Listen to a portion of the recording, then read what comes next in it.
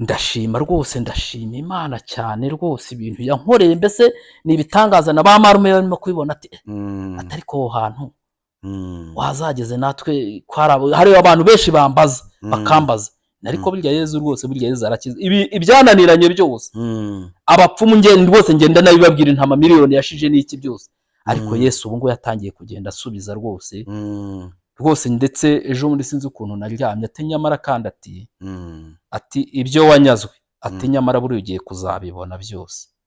Abantu bambona bose bakanyitegereza, abantu bose bambona bakati se buriya niwe, umuntu bavuga yuko yapfuye ntibamujyanye kera, ati ntiyari yarapfuye, ati se buriya niwe wazutse kuriya. Mfite abantu baza tuganira nta kibazo, no baza bakarati se koko buriya niwe, buriya basize hariya buriya se koko niwe. Abantu bose tuzi byari byarangiye, none tuzi utashobora kwinjira mu modoka, ati se buriya muntu buriya niwe koko.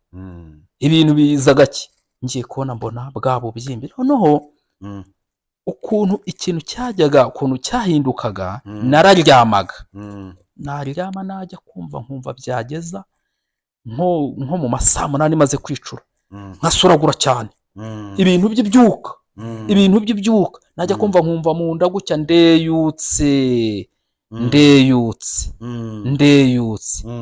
ntajya wenewe ni Yesu burya agira imirimo, ariko buhoro cecetse kigira umuntu mbibwira ngeze ngenda.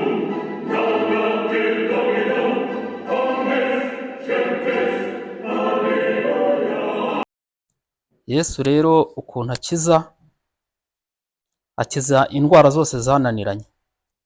Ndumva rero nyakubahwa Gatari ari umwanya wawe, yisanzura utubwire rwose ubive imuzi, utubwire igihe wafatiwe n'indwara, uko iyo ndwara yigaragaje, uko wayivuje, ibyo wagerageje gukora byose kugira ngo ukire.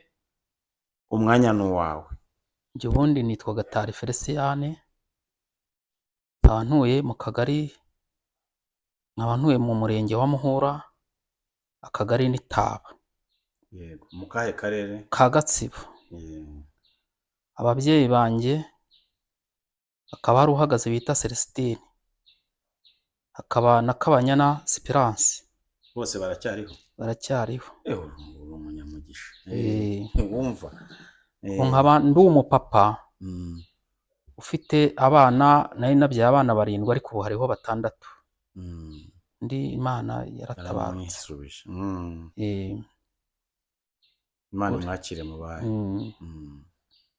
Rero ukuntu natanga ubuhamya ko Yesu agira neza.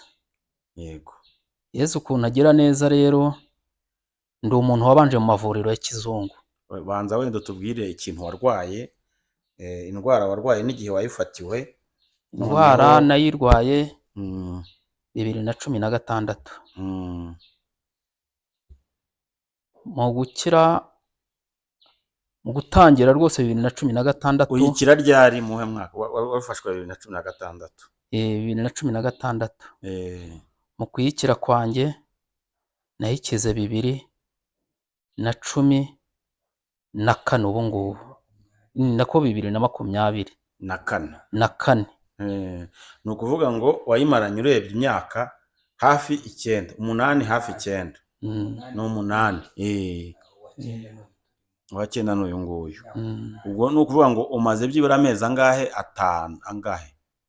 Wavuze ko wakize, bagusengeye hageze ku ibendera rya Yezu hashize nk'amezi 5. Ubwo hashize nk'amezi 5 ukize. Noneho rero tubwira indwara wari warwaye nuko wivuje. Ko nivuje, narabanje njya kwa muganga, ariko mbere yo kujya kwa muganga nabanje gufatwa ncika intege. Watufashe ucika intege? Ncika intege. Noneho naba ngiye nko mu mirima, nagera ahantu hazamuka nkumva umwuka ukabura. Yewe. No ngiye kubona mbona noneho ababyeyi banjye bakambwira atari kuko tureba urimo kubyibuha, ukaba urimo kubyibuha amatama, tukaba urimo kubyibuha amatama, ati wazagiye kwa muganga ukareba. Ndabanza njya kuri centre de santé y'iwacu. Njyayo. Yitwa ngo iki? nayo centre de santé ni ikigo nderabuzima cyitwa ngo iki? ni icya Muhura. Cya Muhura. ubwo mpageze byari ku cyumweru, barandeba bampa utunini atari kurabizi ati ubu tugiye kukwandikira transfert yo kujya Kiziguro. Yego. ubwo banakeye transfert, ngeze Kiziguro bancisha mu cyuma. maze kuncisha mu cyuma biba ngombwa yuko bampa imiti mu masama ya za nijoro. barambwira ati rero ati ntabwo ushobora gutaha. niya ndwara nayitaga ngo shyenga nyamara iyi ndwara igiye kunkomerana. ariko nkumva intege. sinzi ukuntu byageze nko mu masaa 3 z'ijoro maze kurya imiti bari bampaye indi basigaje kuyimpa mu gitondo. ubwo sinzi ukuntu nagize gucya, uko nicaye gucya ku ntebe nicaranye, mbese hari umuntu w'umubyeyi twajyaga tujya kuguraho imyaka, aravuga ati we turi hano kwa muganga, ati se maye burara wiyerusha iki? ati rero ati reka mutize akaringiti hari ujya hara ku gitanda uryame. nicarana nabo ngiye kumva sinzi ibintu byampanuye ibyo ari byo.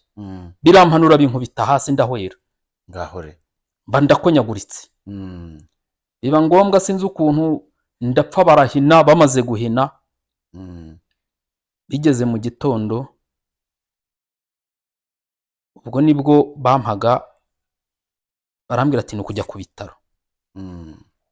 siko nta murwaza nageze gute. Ibitaro bihe ubwo wari uri ku Kiziguro? bya Kiziguro. ubwo bampereje ibitaro, ariko ubwo mpita mpamagara iwacu na telefoni, ngiye kubona mbona uwo tuva indi imwe azanye n'umurwaza, bahita bazana ibikoresho kuri moto uwo mwanya mu gitondo. ubwo mba ngiye ku bitaro, nahabaye iminsi 4. umva ntangiye kwijajaramo gakeya, ariko nkagumiza kubyimba. ndaje maze kugera mu rugo, oya hashije iminsi bamaze kunsibura, natanzeyo ibihumbi 26 niba ari na 300 n'ibindi biceri 20. ufite na mituweli? mfite na mituweli. ubwo ndaje ngeze mu rugo, uburwayi buragumiza buraremba. hagumiza kugenda mbyimba, none ndatangira nkazajya mbyimba n'amaguru. abantu barambwira ati ariko kwa muganga bo gusa bo bapfuye kuvuga gusa ati cyane ino miti, mbese urebye nta ndwara bigize bafata. sinzi umuntu waje bamwita Leonari utwara imodoka y'akarere kacu ka Gatsibo, aza kunde bari mu gitondo, byari ku cyumweru icyo gihe, aza mu rugo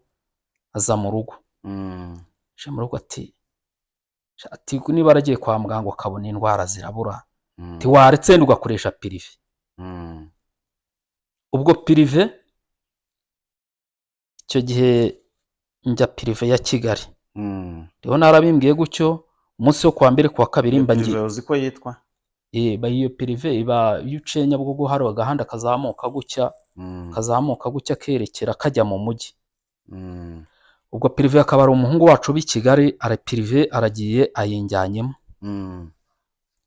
ndetse rwose buretse yuko baransuzuma pe, nakwemo imyenda yose basinze ibintu bansize, banshyira hariya. barangije barambwira ati, maze kunsuzuma ati zana aho ngaho ibihumbi 100 ndabyishyuye. maze kunsuzuma barangije barambwira ati rero turabona mu nda yawe ufite igihu. ubwo bamaze kumbwira ko mfite igihu, nta kindi kintu cyakozwe. barambwira turajya muri iriya farumasi ugenda uguremo imiti. ni nk'uko wagera hano kuri kano gahanda haruguru. Yego. ndagiye prive bangurisha imiti y'ibihumbi 160. barampakiriye muri envelope. barampaye. ngo ndaje ndagenda ku muhungu w'iwacu. imiti noneho nyiriye, ndatangira nkazajya mva mu mazuru. Gahore. nkakorora n'amaraso. Gahore. si ibintu n'ibiki. ubwo naharaye kabiri, nari najyanye n'umwana. ubwo nateze ari karekare rwose mu gitondo, izuba ritari ryava, mbese karekare. ndaje bangejeje hano ahantu bita mu Ndatemwa. numva intege zacitse.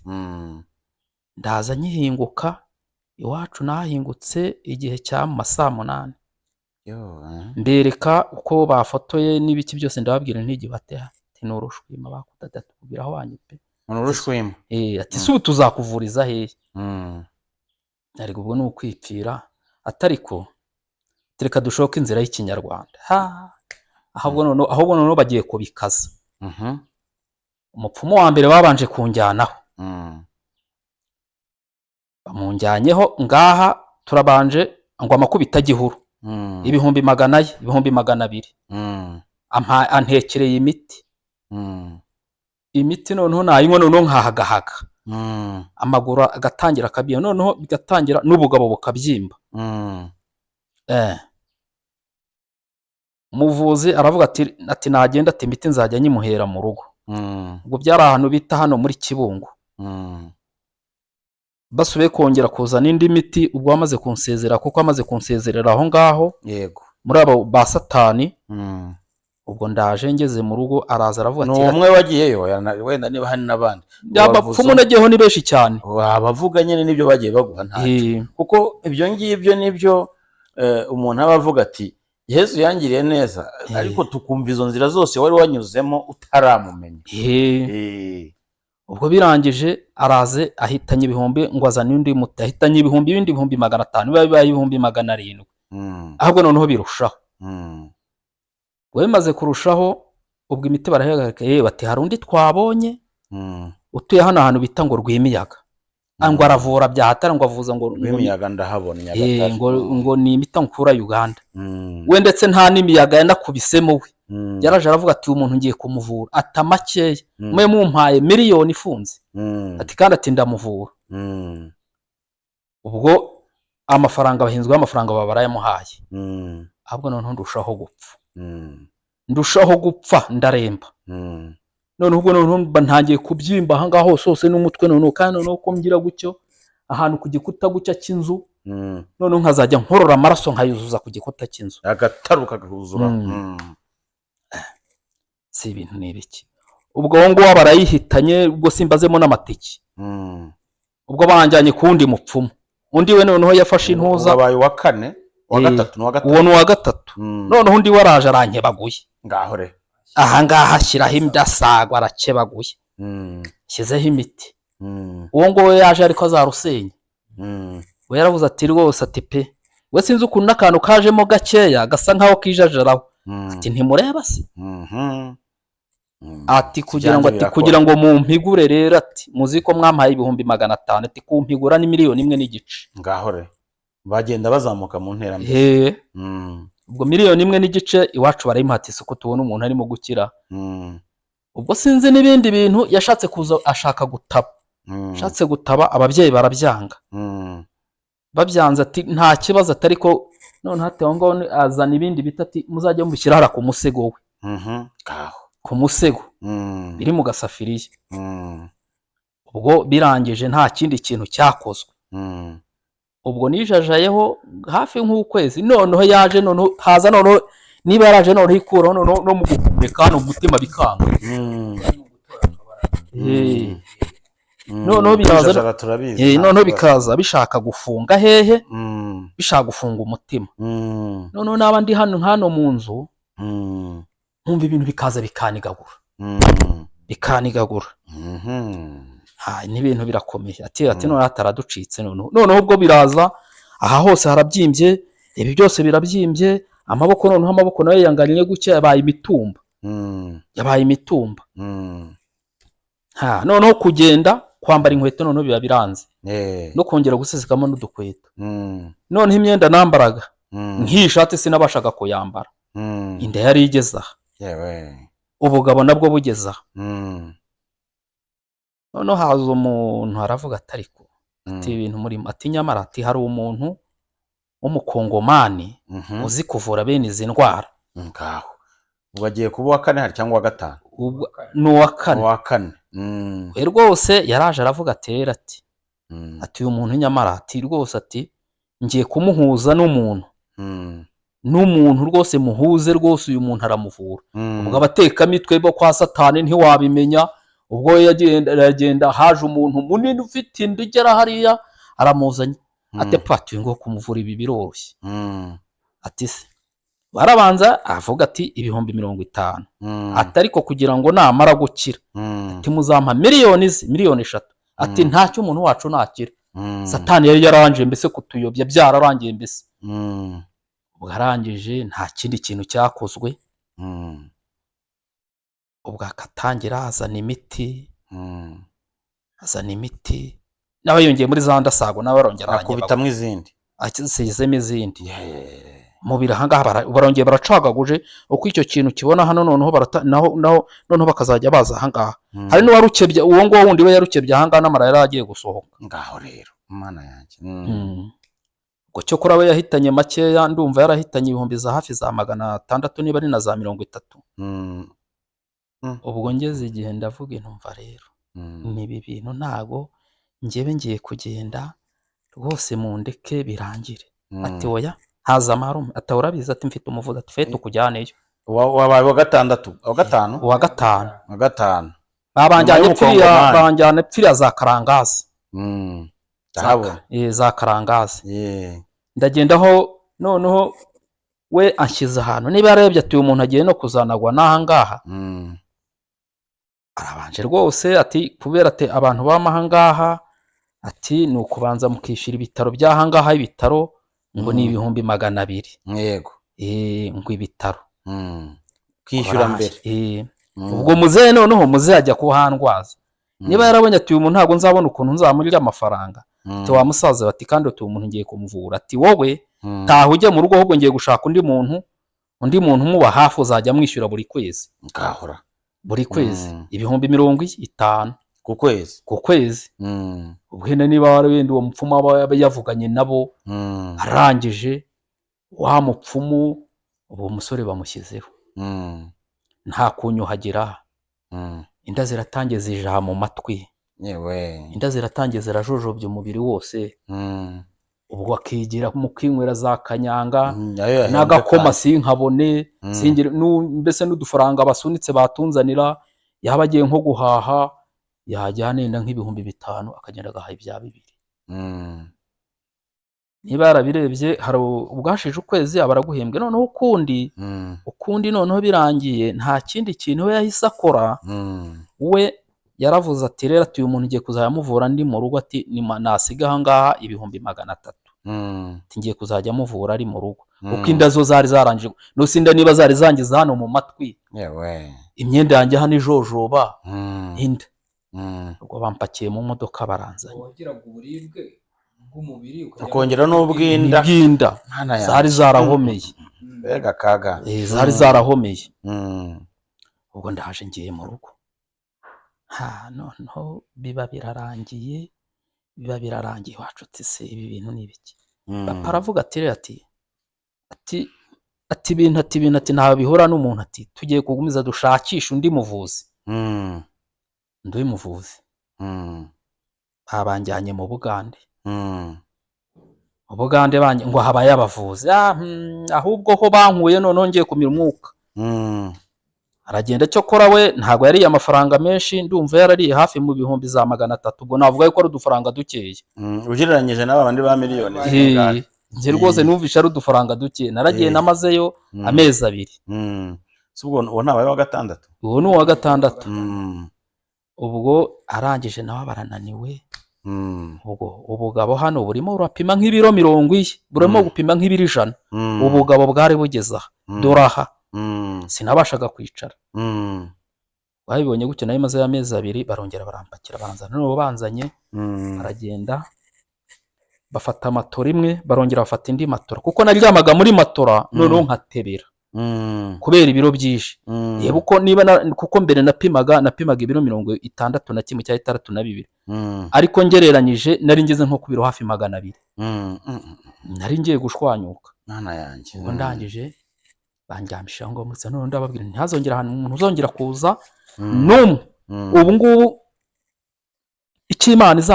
ikimana mbese izashaka izakora icyo ubwo uyu nguyu sinzi ukuntu nagiye kubona azanye Jean Paul uyu nguyu azanye na muramu wanjye baraza ndabarebera guki ariko buriya abantu buriya baje kunshinyagurira ngo barambwira ngo barajya kumvuza nta bantu nabaje kunshinyagurira ahubwo nkabwira papi ntimuze nti wowe ushake cya gishashi kizabe kiri hafi ntazabateza ibibazo kuko murabona ko ngiye gushwanyuka papi igishashi yari yaragishatse kinini kuko kugira ngo nibishwanyuka noneho bazabona uko barundarundiramo kuko n'ubundi guhumeka byari byanga noneho Jean Paul uyu aje ndamurebe ariko buriya abantu barwaye mu mutwe n'abasazi ntiburiya ntibasaze bamaze kugenda mbese nsigara mbatuka ntuka n'iwacu niburi ubundi buriya byajyaga hagana hehe niburiya koko buriya muramu wanjye buriya yazanaga uriya mugabo buriya yamujyanaga he niba ari ukunshinyagura n'ubundi uko narangije gupfa buriya baramujyana hehe ubu haragiye mukecuru agomeza aribaza bukeye noneho muramu wanjye arongera araza ndamubwira ntuzongere kungaruka ntuzongere no kungarura hano umuntu nibingibi ni ukuza kunshinyagurira njye narangije kwipfira ntinarangije kwipfira ariko se ngo haretse rwose Jean Paul ko ari ahantu azi ni akazi kanyu ibyo mushaka muzakora ibyo nibyo mushaka muzakora ibyo njye urwanjye byarangiye ntegereje finale ya nyuma gusa nose nta gakoma kari kakibasha no kuba nakira gutya nageze ahangaha nta kintu na kimwe cyari kikingira mu nda mwumvishe ko yababwiye agatubuga bwawe bwarabyimbye n'amaguru yari yarabyimbye kandi yafotowe n'umukobwa ntabwo rero ari bumwereke ubugabo cyane ko ari umwana kuri we nta nubwo ari bumwereke amaguru uko mubibonayo ni amashoka yari atwikiye amaguru ibyo byose mubona uko inda imeze n'uko amaboko yahorose byose ntabwo ibindi bice byo hasi bari bubibone niyo mpamvu rero habayeho no gufotora amafoto hanyuma rero mukuru uko kuyafotora tunayajyanye inshingano nyamukuru yo kuyafotora kwari ukubera ko hari abandi benshi baba bariyandikishije ku rutonde bakeneye kuza kugira ngo umukozi w'Imana cyangwa se umukozi wa Yesu Kristo uri ku ibendera rya Yesu Kristo Yerusalemu nshya ari nawe wakira abamugana ari nawe wabashe kutwakira akabasha gufasha uyu gatara akaba ariho ahumeka umwuka w'abazima bari bamubitse inshuro enye ndetse nawe ubwe ibiyagano yabiriyeho baje kuyaga ko yapfuye baje gushyingura ibyo yabiriyeho gatara bwabiriyeho n'umutangabuhamya wo kubyivugira kuko nawe yabiriyeho nk'abantu baje kumusura bazi ko yapfuye urumva ngo nibwo atarakibasha gutamira ariko nk'umuntu wari uhari bigaragara ko yabiriyeho kuko ibyo bari babizaniye atari byo bagize gute atari byo basanze rero ubwo ngubwo twamugejejeho nyine twagejejeho amafoto ndetse n'abari aho bose bagize impuhwe kuko bari babonye barengejeho uburwayi bamwe mu bari ku rutonde rwe bagombaga kuza gusenyera dayimoni kwa ngo bamwe bakire bahise bagira impuhwe ndetse n'umukozi w'Imana ahita nawe agira impuhwe zirenze ahita avuga ati ejo turi buze kubatindurira bukeye ni ukuvuga ngo twagezeyo bahita bafatiraho umwanzuro wo kuza gutindura noneho ubwo reka dukomeze bagiye gutindura rero noneho wenda sinzi niba hari ibindi yaragiye kongeraho hari ibindi nongeraho mvuga ubwo bakimara gutwara ayo mafoto abangaba bayajyana kwa Yesu yego ubwo bwarakeye bigeze mu gitondo 3:00 umukozi w'Imana yari ahageze 3:00 zuzuye rwose yari ahageze yari yohereje intumwa rwose ubwo birangije nta kindi cyongeweho ya dayimone ababyeyi banjye bakoreraga no mu bisekuruza bya mbere yaravuze ati nimubanze mu mpereze isuka akimara kuhagera bakimara kumuhereza isuka tuwe wa musaza we ibyo ngiye kugusaba byose uragenda ubikurikiza ibyo bagenda bakubaza ati umukozi w'Imana ubwo hahise hakora telefone bahita babaza uriya mubyeyi abaza papa ati aho bashyinguye si ukubyara urahazi yego muzehe ati se ko numva nta atari ko ngenerekenanije bamushyinguye nde akana nkiri akana gatoya atari ko ngeneranyije baba baramushyinguye nk'ano hegera hano ruguru ku muhanda atari ko aho hantu hafi yaho hari igiti cy'avoka mbese urabona yenda niba umuntu yari afite yenda nk'imyaka nk'umunani urumva imyaka ishize yose yego iba ari myinshi cyane ubwo arangije barazamuka n'umukozi w'Imana maze kuzamukana n'umukozi w'Imana bakihagera ati ako kayira mutambika ko ngako ati muhagarara aho ngaho kuri telefone kuri telefone ati muhagarara aho ati nimumanuke hepfo gatoya ngo baba baramanutse hepfo gatoya ati mwikwege iyo voka nimuyihungeho gatoya baba barayihunze abababwira kuri telefone bakubita mwisuka ati we ati ntago ari aho nimujye hagaruka hepfo gatoya yego bimuka nk'isuka gucya nko mu ntambwe nk'eshatu ati naho yego ati ngaho hakubita isuka hakubita isuka hakubitamo kabiri ubwo arangije ati ngaho nimuhasengere barahasengeye ubwo bimaze kuva aho ngaho ubwo rero babageze mu rugo nyirizina umukecuru arangije arahamagara ati ngo mwahavuye ati rero ati ikintu wa musaza we nta nka kera mwajyaga mutanga yego ati nge buri mwaka iwanjye natangaga inka ati buri mwaka natangaga inka ati wazitangiraga hagana he ati hari inzu yari yituye ati hari inzu iri hano mu gikari ati niyo nazitangiragamo indaro nyine ubwo yari yarabaye indaro ati siko ndeba wahashyize indi nzu ndabona rwose ifite n'ibyumba nka bitatu kimwe kiraramo umwuzukuru wawe n'ikindi nkabona nawe n'icyo ngicyo bakiraramo nako n'ikindi nacyo mushaka kugitunganya kugira ngo muzabe mukiramo kandi aho hantu ariho hatangirwaga ya matungo ati muzehe turabyemera yuko buri mwaka yuko ati narazitangaga rwose buri mwaka ati ngaho banza mu cyumba cya mbere na mbere aho mucana bajyamo ati ngaho nimuhavugire isengesho yego isengesho barivugiramo barangije bakurikira mu kindi cyumba nacyo ngo hasukuwe hasukuwe mu kindi cyumba nacyo bahavugira isengesho bageze ku kindi cyumba cy'umwana araramo hakaba harimo imiti kuko yigeze kurwara noneho ngenda muvuza urabona rero ino miti ya kinyarwanda bampaga indi miti yari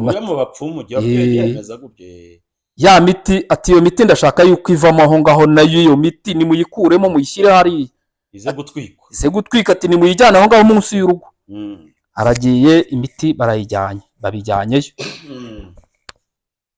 ati nta mucaca mwigize aho ngaho umucaca wari uri aho ngaho mwatabye mu musingi ati umubyeyi ati uwo mukecuru avuye gusenga ati nta mucaca yabonye umukecuru wamaje ati umucaca warawubonye umusaza amubaza ati narawubonye ati wakoresheje iki wa mukecuru ati nawumanitse ahantu ati mutwaraje ndavuga ati wawutwika ati wakoze ikosa turiya mucaca ntabwo wari kuwutwika burya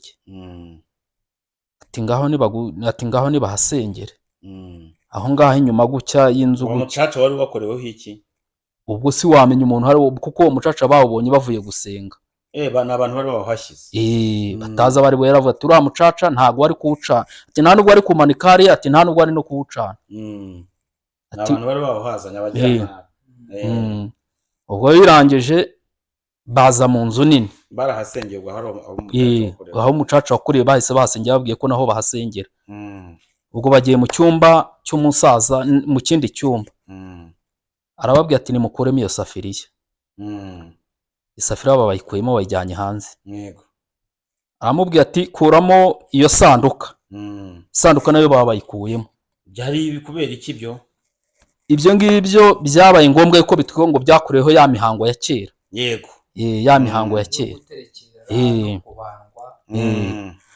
noneho birangije baramuvuga ati iyo mbehe nayo yego iyo mbehe nayo nivemo bayikuramo birangije arongera arababwira ati mbo ati ubwo icyongeyeho nanone ati hari akandi kantu ati mukecuru ati nta tundi tuntu turi aho ngaho haruguru, ati ndimo kubona, ati ngiye ndimo ndatureba rega, ngiye ndimo ndatureba, ababwira kuri telefone. ati ngiye ndimo ndatureba. Akaba ari ibiti yaciye byari bihari, ati bisore nabyo mu bijyane ahandi munsi y'urugo. Ibyo biti se byari bihuriye he n'ibyo kandi? Ibyo biti ngo ni ibiti ngo yari yahashyize kugira ngo bizume, mbese kubera ko avura ngo inzibyi, avura za nzibyi, amabere. Imiti akoresha mu kuvura inzibyi. Ubwo nayo byari bitongereye. Ubwo arangije arahasengera, ati ngaho nimuhasengere. Baba barahasengeye, baba bagiye mu kindi cyumba noneho kirimo nyambata yabyo ahari. Arababwira ati icyo kibo mukijyane hepfo, akebo k'agaseke. Baba bagakuyemo bakajyanye hepfo. Cyakoreshejwe mu mihango. Ati ndetse ati n'ibintu birimo, ati nabyo ni mu bijyananemo. Baba barabijyanye, baba bagiye hehe, nabyo babijyanye kuri bya bindi. Ati nimuhakuremo, ati nanone ati nimugire, ati hari akandi gasanduka ndimo kuhabona, ati nimukuremo ibyo byangombwa by'ubutaka nako mukajyane hariya. Yego. Baba bagakuyemo. Ati nimukuremo niyo ntuza, ati yasekuru ko mutarimo nayo kuyisohora n'umuhini wayo, nayo baba barayisohoye. Nabyo byari byarakoreshejwe muri iyo mihango. Byari byarakoreshejwe muri iyo mihango. Numva nta na kimwe kitari. Ibyo basohoraga byose ni ibyakoreshejwe. Byakoreshejwe muri ya mihango. Nkaba rero ngira ngo nibutse ko hari agatabo gato k'amabwiriza, ni uko baba babisengeye kugira ngo bihumanurwe ntibishoboke, hagategekwa ko bitwikwa nyirabyo abyemeye. Ubwo nabyo baba barabisohoye. Ubwo none akaba yari hari utuntu mbese ntuza mbese tw'umutatu, uyu ni umuti, ati uyu ni umuti, ati nabyo ni mubikuremo, ati nabyo ati ni mubikuremo. Yego.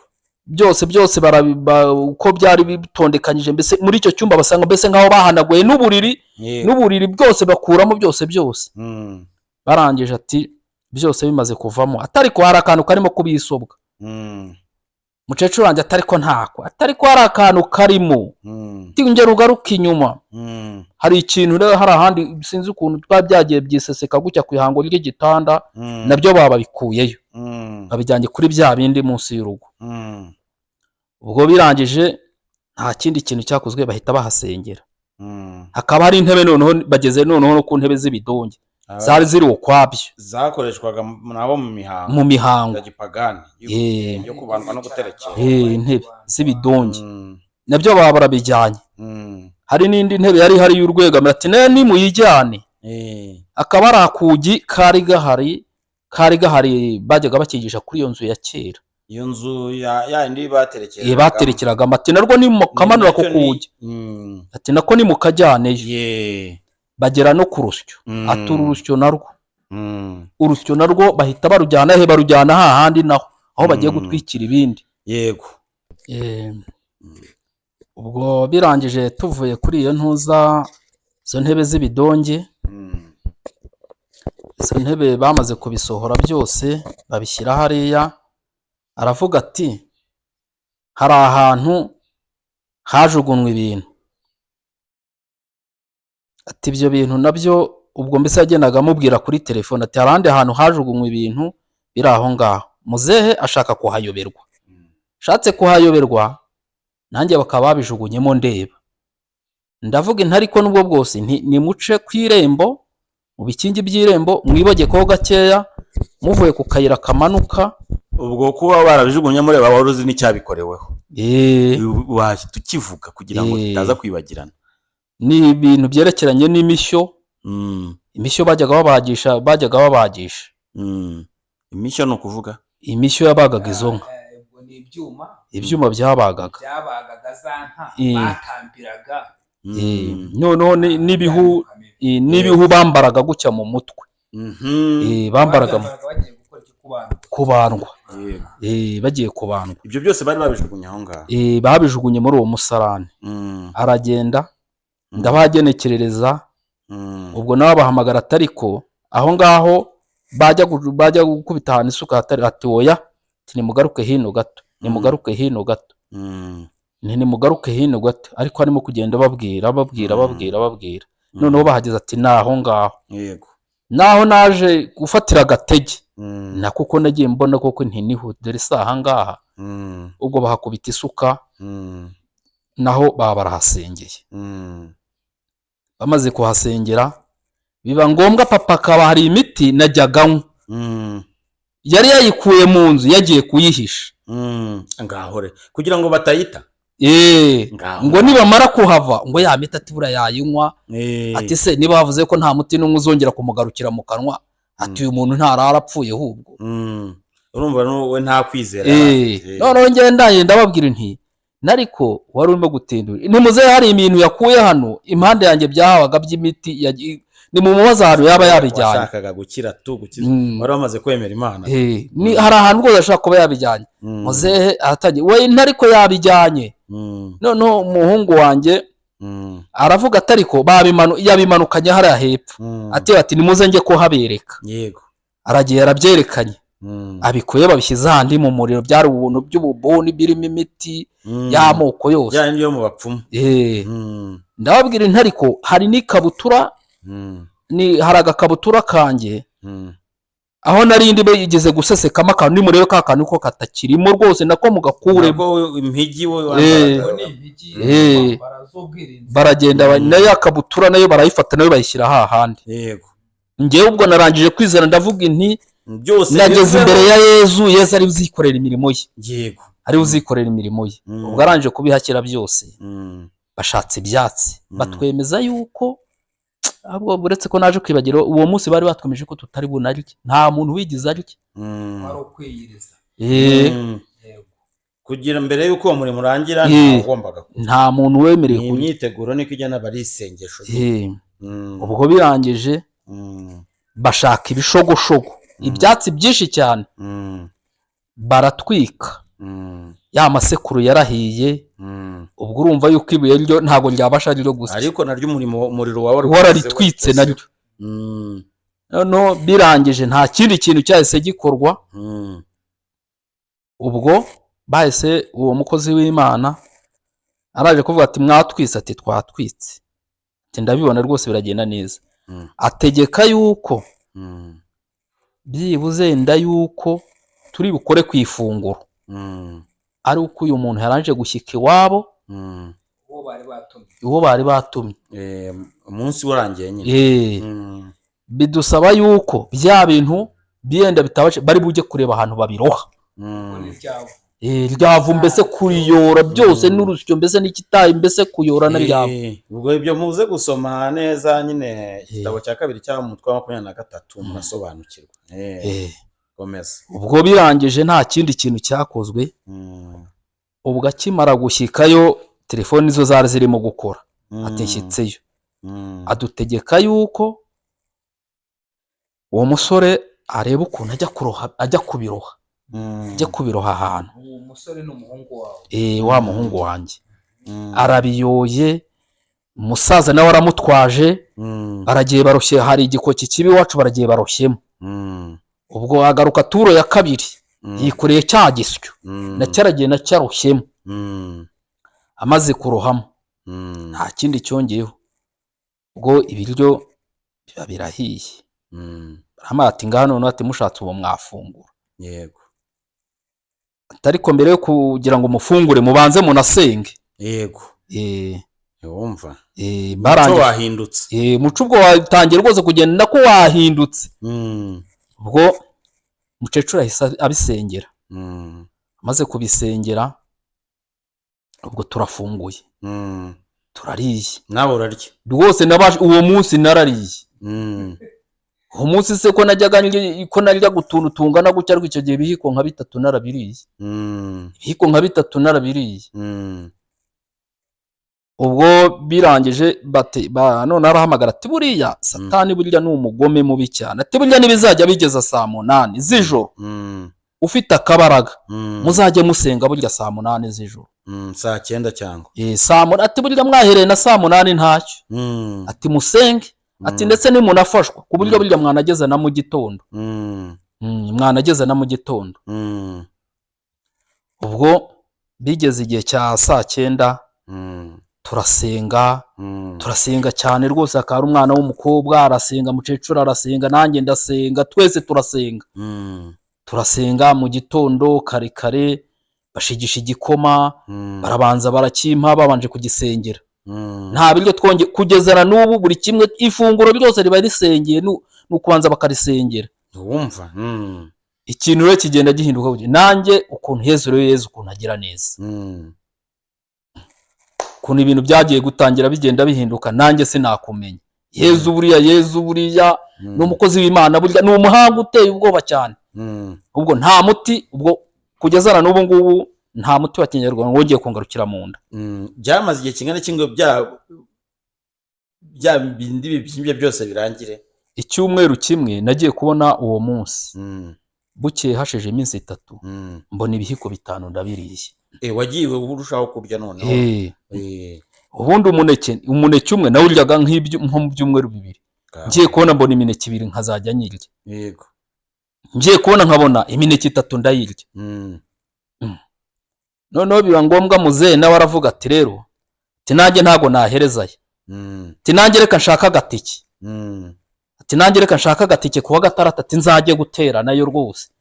kandi ari barashatse guhisha imiti bayigumana. biri ko biraza se. ubwo birangije ngiye kubona mbona mu kindi cyumweru muzehe noneho harikoze, ashatse amafaranga itike. hari undi musaza w'iwacu noneho araje ati nanjye ndashaka rwose, nanjye nagiye ibyanjye ntibyakunda, ariko numvishe rwose ibyanjye nabonye birimo kugenda bikunda. muzehe ajyayo, ubwo nawe hari ibyo yari yaryamiye. yaryamiye. noneho muzehe ageze arebye abantu bari aravuga ati mana, ibintu no gushima Imana. muzehe amaze gukubuka avuye nyuma y'ibyumweru 3 sinzi ukuntu, kandi naraheze hasi, bagiye kubona babona, sinzi ukuntu bagiye muzehe yari yabiborotse kuko we ntiyari yihannye. umva n'umuntu warashatse guhisha imiti. ariko noneho abonye ko utangiye gukira, abona ibimenyetso, ati noneho reka nanjye gusenga. ubwo birangije nta kindi kintu cyakuze, agiye kubona babona noneho nibyukije hehe kuri ya matora, nicaye mu ntebe, basanga nicaye mu ntebe, barareba ati uyu muntu buriya ntarimo yenda no kuraga, ariko mwe rwose muhumure rwose, Yesu arahari rwose. Yesu buriya rwose ni umunyembabazi cyane. babona nicaye mu ntebe, babona nicayemo rwose nk'iminota yenda nk'icumi. ati ibintu birimo biraza. bukeye ubwo ndongeye nisubire mu buriri, nimugore ariko murabizi ko ntazongera kurya ndyamye, ariko burire reka nanjye ngiye kuzana nanjye ntamera nanjye, ariko nicaye ku ntebe. sinzi ukuntu byagiye biza, ngiye numva umubiri, sinzi ukuntu ibintu nkaryama, bwacya mu gitondo nkumva ikintu cyagiye gihinduka. bagiye kubona babona, ntangiye ndababwira ariko noneho mwangejeje no hanze, noneho nkajya kureba imisozi ra. sinzi ukuntu bamfashe gutya akaboko ngera hanze, bamfasheho iminsi 2, ku yindi minsi nkazajya nkuruka noneho nkijyana hanze, nkazajya nijyana hanze gake. ariko buriya rero ni ikintu cya mbere ni ukwizera, kandi buriya mwazabona buriya bukwe bwa mwene data bugiye kuzaba, nyamara kandi bwa mukuru wanjye wari ugiye gushyingira, nyamara kandi mwazabona buriya bukwe nzabutaha. atera kare kurabeshya, nyamara nzabutaha, ariko nintanabutaha ariko nzasigara no ku rugo, ku buryo n'uzaza nzabasha kumudahira ubushera. nagiye kubona mbona umunsi w'ubukwe ukwezi kugiye gushira, mbona isoro y'ibiryo ntagiye kuyirya. ubwo niba wibuka ukwezi kwari ryari na ryari, icyo gihe ibyo byabaye mu kihe gihe? mu kwezi byari mu kwezi, icyo gihe byari mu kwezi kwa 7 bagutindurira. batinduye mu mpera z'ukwezi kwa 6. noneho ubukwe buba mu kwa 7. mu kwa 7 mu mpera zako, naho mu mpera mu mpera zako nibwo ubukwe bwabaye 2024. warabutashye rero? ubukwe hubwo nasigaye ku rugo, abashyitsi baje mu rugo nkazajya mbakira. Ntiwumva se? nkazajya mbakira, nkabasha kujya kubadahira agashira, nkashyira mu gacuma, nkabahereza, hari n'agasoda, nkabasha kugenda nkabapfundura n'agasoda nkabahereza. yego. nanjye kandi ndimo gusomaho, uzanyira n'abantu. nanjye ndimo gusomaho rwose. nabashe kwambara agapantaro nagashyizemo, nashyizemo n'agakandara, nicaye aho ngaho ariko nta kibazo kuba warashyizemo umukandara n'agakandara rwose rero nagashyizemo ariko nibereye aho mu rugo rwose nta kibazo mfite, abantu baza tuganira nta kibazo, no baza bakaratise koko buriya niwe buriya basize hariya buriya se koko niwe abantu bose tuzi byari byarangiye none tuzi utashobora kwinjira mu modoka ati se buriya muntu buriya niwe koko ibintu biza gake ngiye kubona mbona bwa bubyimbe noneho ukuntu ikintu cyajyaga ukuntu cyahindukaga nararyamaga naryama najya kumva nkumva byageza nko mu masaa 8 maze kwicura nkasuragura cyane ibintu by'ibyuka najya kumva nkumva mu nda gutya ndeyutse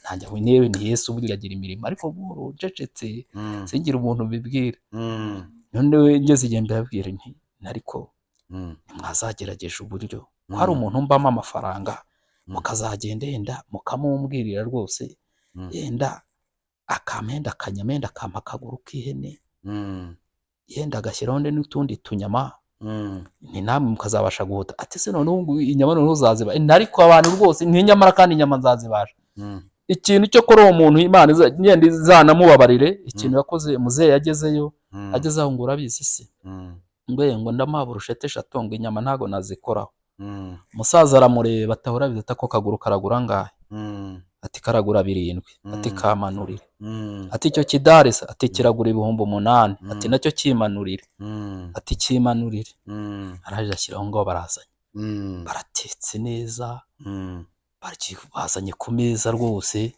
maze inyama nzigiye ahubwo nari nzibacuze ngaho re nari nzibacuze n'undi atari ko subwo noneho birimo kujya hehe bucya mu gitondo ntangira kuzanjya ku irembo nkave nyuma nkava nkangaha nkagera nkariya hari amagara dukuye numva birimo biraza n'agakadasumbwa n'agakoni buhoro kikona mbona imbaraga zirazigenda ziza ndavuga intariko rero ntimuzareke ubwo hakaba hari umwana nari natsindishije ariko nta bushobozi mfite noneho tuvine muravuga ati ngiye ibishobozi bwose ndabufite umwana ntago yahagarara kwiga kandi yifitiye ubwenge bwe ati ngiye nzamujyana ku ishuri dore yiga hano i Rwamagana hano ati ngiye ninjye uzamwijyanira ninjye bireba nta wundi muntu bireba umujyanayo amujyanayo abandi bose kandi ubwo barimo barashimanira inzara ngo aziga se urebe ukuntu heza agira neza ati se buriya aziga icyaje kutekereza ko ataziga ngo aziga ngo uko ubushobozi bwabo bwarangiye bashiriye mu bapfumu ati bwararangiye ati umwana ntago aziga umwana ntago aziga icyaje kubatangaza icyo gihe habaye isoko rya Rwagitema agiye kubona babonazanya amabaga avuye kumuguriraho imyenda avuye kumugura mbese ibikoresho azajyana ku ishuri ngo ni mubaveho ngo hari abantu ngo ntiwamenya ibyabo ngo badore ngo bavuye mu isoko kandi ati dore se noneho dore yanadoga agiye ati dore yageze noneho no ku isantere ati yadoga agiye noneho ati dore yicariye ku isantere ati ni mubaveho ubwo biraje ukuntu Yesu agira neza ye baba we ubwo umwana bamuguriye ibikoresho n'utundi dukoresho twabuzeho dukeya arambwira ati kwa gatatu sinzampare kandi turabone ko umwana azagenda gihe ki azagenda ku cyumweru yego abazara bose kwijati noneho nawe ati niba ufite agatege ati ubundi ko wabashe kugera ku mwana ati wazara ibyenda agatege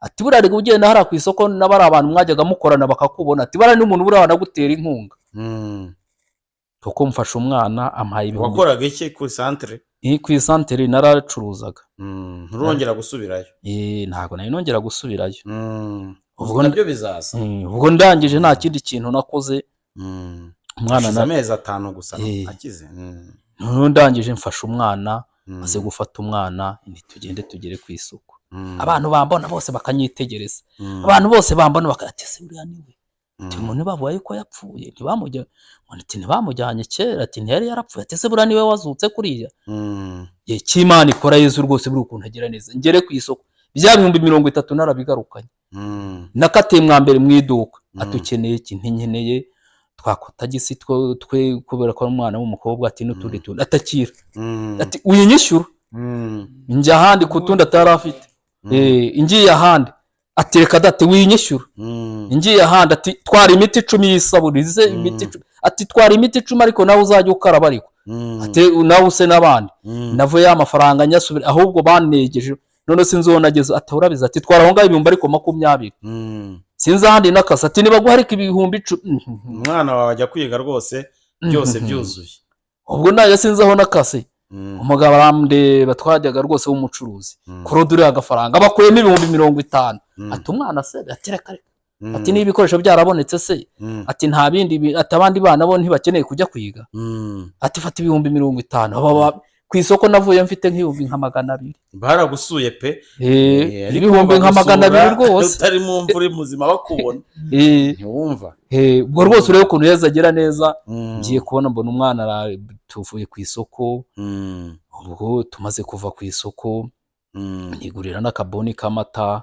ndakamanukana n'imigati yo kuyasomeza ndaza ngeze mu rugo nduhukaho burakeye ku cyumweru umwana se waba mukubita kuri moto mpaka ni Rwamagana araza mushyira mu ishuri ejo bundi nibwo bazaga mu gifungo none nkubise abaza ati papa turabizi ko umaze gukira ariko ati Yesu agira neza ni ngaho ntabwo ureba ni Yesu ntagira neza se bose none hari inshuti iwacu zihaba inshuti z'umusaraba bakunda gusenga ubwo bakazajya bambwira ati atari ko buriya nuzajya wabonye akabaraga mu gitondo igihe wumva waramutse neza uzajya wizindura karekare cyane babandi baba handi hakurya tuzaza mu gitondo twigire mu misa ya karekare mu gitondo inshuti z'umusaraba ubwo nabihaye Imana ati buriya nuzajya bigufasha rwose baransuye cyane basenga cyane rwose tukajya no muri za chapelle noneho nagera iyo nabonye akabaraga mu gitondo karekare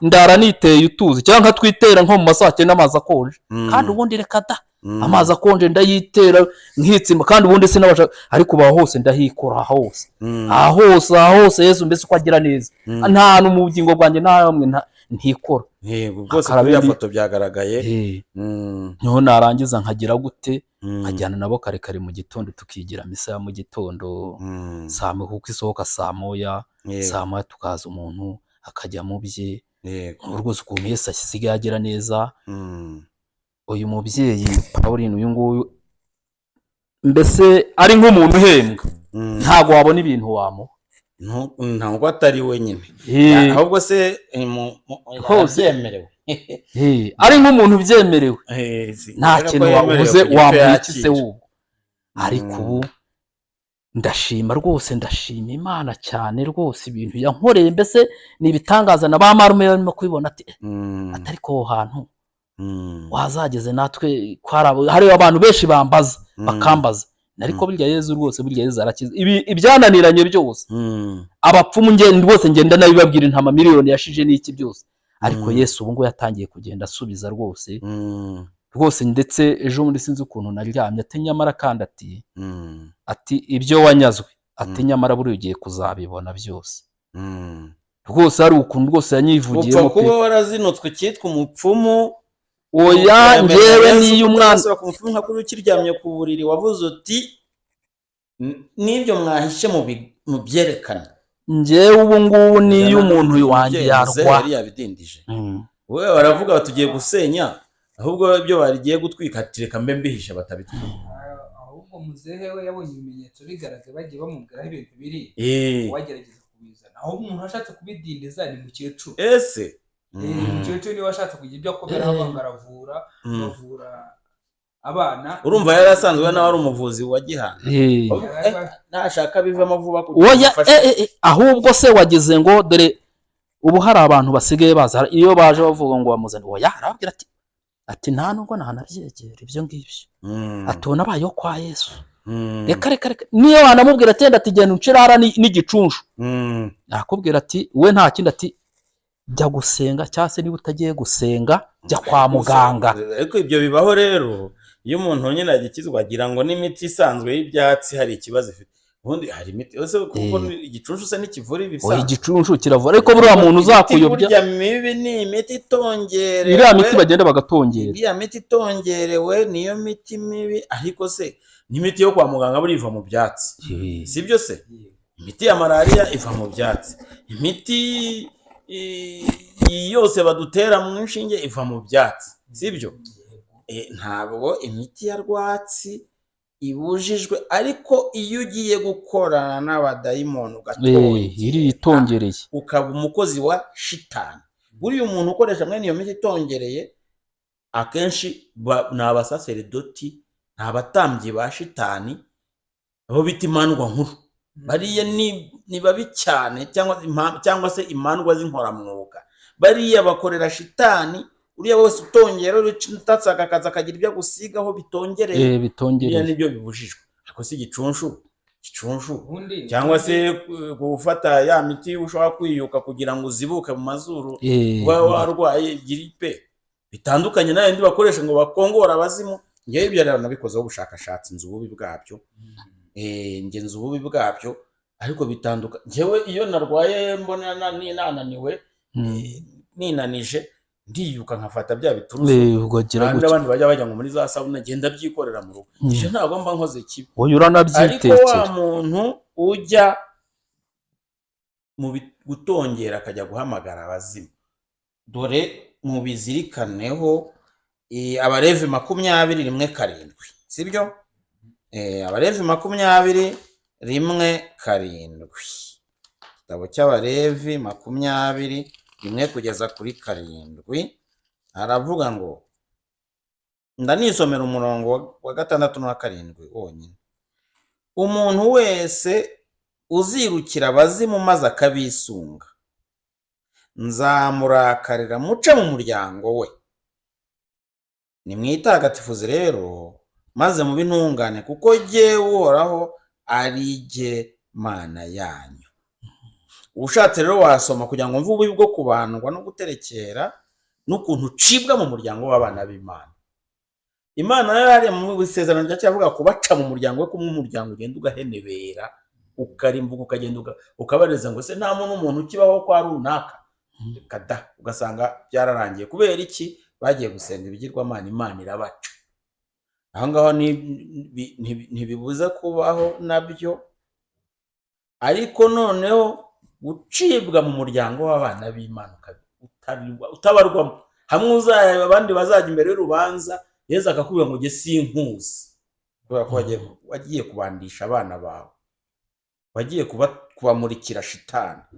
Aho ngaho uzasoma Abalevi 20:1-7. Njye nisomeye umurongo wa 6 n'uwa 7 kubera igihe gito dufite, ariko ugende wisomere 1-7. Mumenye ko biriya ni ibintu bikomeye cyane. Murakoze rero kuri ubu buhamya bwiza kandi bukomeye. Rwose nagira ngo buri wese afate umunota umwe asoza kandi ashimira Imana. Turabashimiye abadukurikiye, murakoze.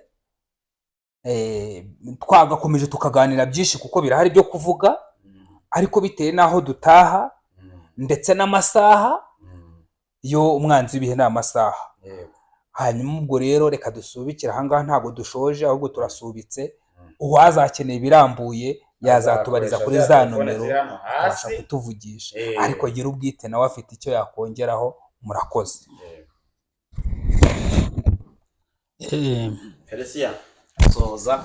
Murakoze kunsubiza ijambo. Ubutumwa rwose ni ubutumwa bwiza cyane. Abantu bakurikiye Yezu gisubizo. Yezu buriya abantu bagikorana muri iriya myuka mibi ya sekibi, bakaba bagikorana nabo. Bose nibayoboke inzira y'Imana rwose. Inzira y'Imana ubu ngubu niyo irangiza byose rwose, niyo mucarubanza, niyo nzira ya byose. Ariko umuntu ukiri muri sekibi uwo nguwo we akaba akiri muri sekibi, nta ntarimo kugana, ntaho ari kugana rwose, ntaho arimo kugana. Ikintu cya mbere ubu ni ugusenga, rwose ni ugusenga, kandi ugasenga wivuye inyuma, nta kintu na kimwe uhisha inyuma. Nkuko nkurikije uburyo nari imeze, ntago nakabaye ndimo kuvuga guke. Ni Yezu wabikoze rwose, ni Yezu wabikoze, niwe rwose. Buriya Yezu rero ni umuhanga muri byose, ni nyir'ubuhanga byose, kandi ibyo wanyazwe byose Yezu aragenda agahita abikugarurira hehe, agahita abigarura. Uwakugaruriye ubuzima se ibintu nibyo yabura? yatangiye bimwe ndetse no kubigarura ngaho yatangiye kubigarura yatangiye rwose kubigarura pe. reka rero dusoze dushimira Imana. Shimwa mwami wacu natwa kw'isi yose, Yesu bwanze mu Rwanda ijambo. Izina ry'Imana Data na Mwana na Roho Mutagatifu. Amen.